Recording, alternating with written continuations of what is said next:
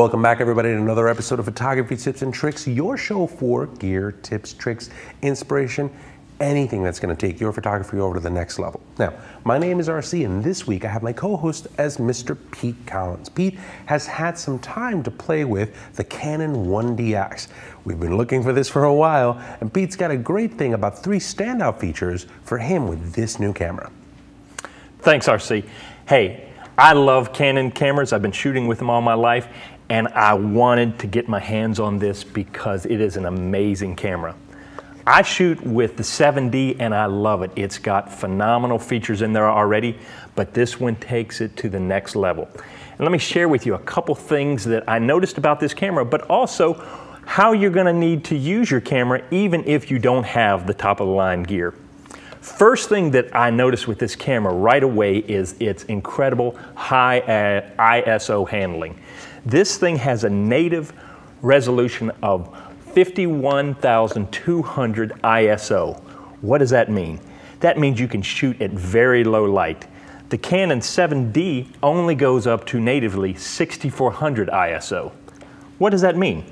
If I go into a wedding, which I love to shoot, and it is a dark cathedral or church, I'm going to need to raise up my ISO to get those pictures because I'd rather get the moment than to try to get that perfect exposure shooting at around 400 ISO.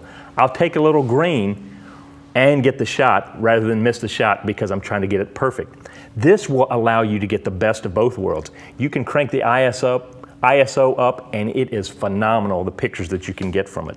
So now let's take a look at this picture. Here are a couple shots that I took in very low light settings that in the past I wouldn't have been able to capture the way I did here. This higher ISO allows you far more creativity and latitude to get the shots you need. Now the next thing we want to talk about is frames per second. I love my 7D and it shoots 8 frames per second. Now I really love the 1DX because it shoots at a native 12 frames per second, and with mirror lockup you can go up to 14 frames per second. Why does that matter? Well, let's look at this example right here and let me show you something. There's 12 frames taken in 1 second, and a lot can happen in 1 second. You want to be able to capture the whole range of action because one of those shots may be the key shot you want. And here's a tip for you when shooting action. You don't want to start as the action happens. You want to start right before the action happens, shoot through the action, and capture a little bit on the other side of it. Because sometimes that early shot or that late shot may tell the story better than that exact moment.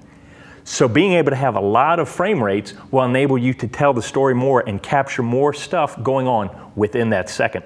And that's why I love a higher frame rate. Finally, one of the things that has been amazing with this camera is they've upgraded their autofocus tracking. As a matter of fact, we have an image of the back of the camera that gives you 6 new cases that you can program to decide what kind of activity you want to track. As you go down each one of them, it has information telling you whether you're going to do something that's moving in a straight line, whether it's going to have stuff that interferes, such as a net playing tennis, and you've got all these different cases. I looked at that and I was like, wow, that is amazing. This camera does things that I've never seen before. What it did, and this is a tip for y'all that don't have this, is it made me go back into this camera and start doing research on how I could set this up to better act like that camera. Now granted, this cannot copy everything that this can do, but it made me understand and want to study my camera better. Now I have a few more settings in here that I can use when I'm out there taking pictures. I actually learned to take better pictures with this camera, being able to apply it to this camera. So overall, this camera is phenomenal. But even if you don't have this camera, you can take phenomenal pictures by getting in there and understanding what your camera can do and understanding those little tips that are going to make it the next level in your photography. Once again, I'm Pete Collins. Thank you so much for listening to me, and back to RC. Thanks so much, Pete. Now, and that's one of those things, I think about it all the time, and I'm like, the second right before the moment. I think that was the tip for me. I don't know if it was for you, but I really am glad for Pete for coming by. Now let's take a quick break. When we come back, I want to talk to you a little bit about megapixels and the demystification of what you actually need to make that shot. Stick around.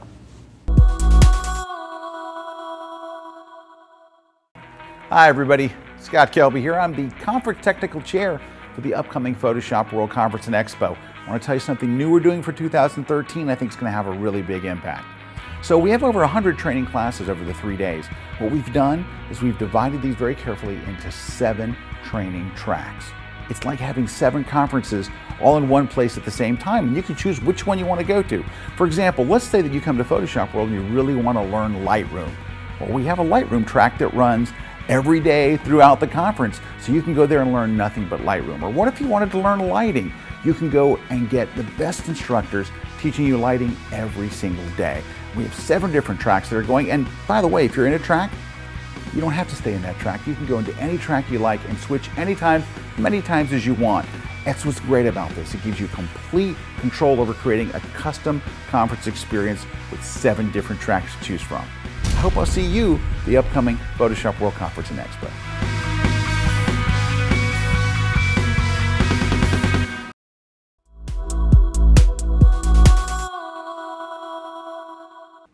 Welcome back everybody, RC here for Photography Tips and Tricks. Now, I wanted to talk to you a little bit about resolution and cameras and things like that. Kind of stay away from the photography, the camera side at least, and talk to you about the megapixel race.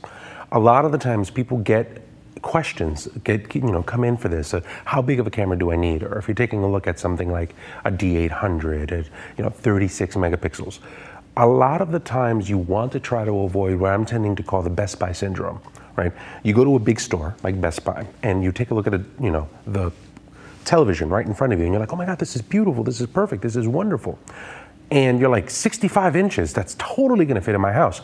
And you bring it home and you put it up on the wall and you're like, well, you don't bring it home, obviously, but you borrow it or what have you. And you put it up on your wall and then you're like, this is way too much. You can actually get to a part where it could be way too much for you to have a picture or something on your wall. And you need to consider that when you're making choices with your cameras. So what do? I usually use kind of like a megapixel inch rule for me. 5 megapixel, 8 megapixel, 10 megapixels. Usually 5 inches, 8 inches, 10 inches on the short side. So 5 megapixels, you can get away with a really good 5x7. You can push it a little bit to about 11x14. 8 megapixels can do an 8x10, and you can push it a little bit to get to a 17x22. 10 megapixels, you can get a great 17x22, but you can get a pretty good 20x30. So 5, 8, 10, if you think of it that way, that'll kind of give you a general idea on the short side what kind of size of print you can have on the wall. Now, you have a camera and you say to yourself, well, my camera can do a 16x20 or a 20x30, and what does that mean? Well, you see this picture right here, right there, this picture? Well, that picture, all of those pictures that we have right here are sent to MPix, right? So MPix prints those out. So that is, if I'm not mistaken, a 16x28, like around there. It's a 16 inch on the short side. Now, you can't tell because I'm way in front of it. It's way, way back there. But here's a picture of me standing next to it. Keep in mind, if this is not the size of picture that you would want to see in your house, then anything that's bigger than this is just going to be overkill.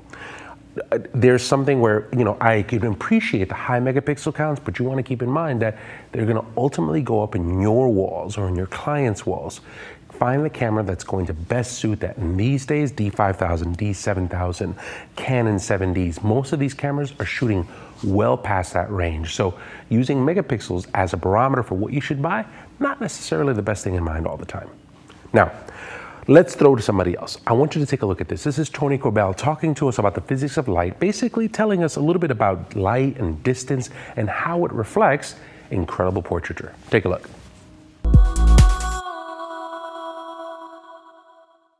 Hey everybody, Tony Corbell with D-Town TV here.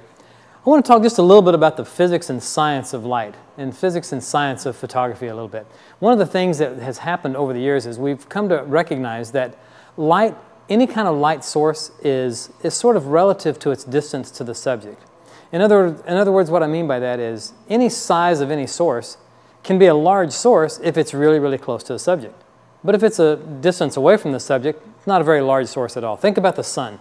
The sun, is it a large source or a small source? Well, it's enormous, but somebody moved it 93 million miles away from us, so therefore it's a pinpoint source relative to us on Earth. Now, this big octabank I've got right here, this is a big, nice, soft source of light, as long as it's close to my subject. As my distance increases, as my subject stays here, and as I move the light further and further away, that light becomes smaller and smaller and smaller. Here's what happens with the physics of light and the way the size relative to distance works. As the light gets further away, three things happen. Number one, the highlights become smaller, and as the highlights become smaller, they also become brighter at the same rate that the size diminished. And also, the edge of the shadow becomes sharper. So if you think about this, if I take a light source that's 5 feet away from my subject, and I double the distance from 5 feet to 10 feet, that light, because of a thing called law of the inverse square, that light falls off by the square of the distance, meaning that it becomes 1/4 of the size. But the catch light, the highlight caused by that light, becomes 4 times as bright.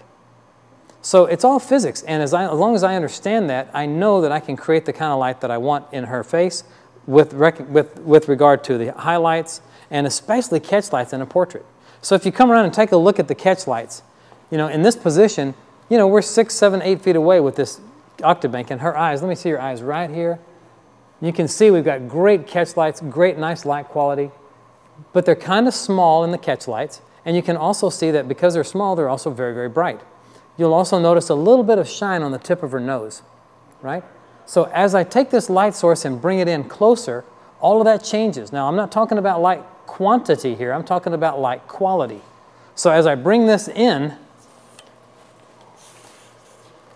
you can start to see in those highlights in her eyes, they become larger and larger and larger. And as they become bigger, just turn your head to me just a bit right there. Now the highlights probably 2 or 4 times as big, and it's probably 1/4 as bright. And in this case, the highlight on the tip of the nose has completely gone away. It's become, that highlight has enlarged and enlarged and enlarged and become less and less and less bright. And that's the fun part about it. If you've got a reflection that you can't get rid of, and you don't know why it's there, what it's doing, why it's causing you grief, make the size of the source bigger and the highlight itself will become diminished in its brightness. It's a great little tip, and it's a nice little thing to know anytime you photograph in people. You want to control those highlights. You want to make sure that you've got great life in the eyes. As a good friend of mine one time said, as long as you've got killer looking catch lights, you're going to have great light quality.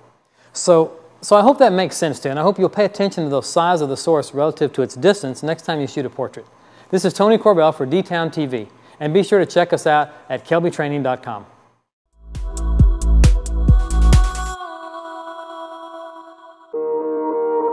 The key to the headshot and capturing a great headshot or portrait for that matter is expression. You can have great lighting, you can have a great subject, you can have a killer background, but if you don't have expression, in my opinion, you got nothing. Hey, my name's Peter Hurley. I'm a portrait photographer in New York, and here I am in my city. I knew I was a portrait photographer because that's what I do. I just am intrigued by the fact that we all look so different. We have so many different expressions we can make. Why not go for them? Maniacal. The art of capturing expression is simply working with your subject to get organic and spontaneous life out of them, human stuff. Now, forehead like a chicken.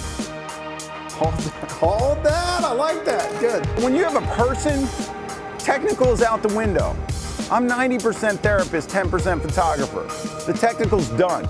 I'm Peter Hurley, and it's all about making faces in portraiture. Come check out my class at kelbytraining.com. Shebang, shebang, shebang! #1 catchphrase.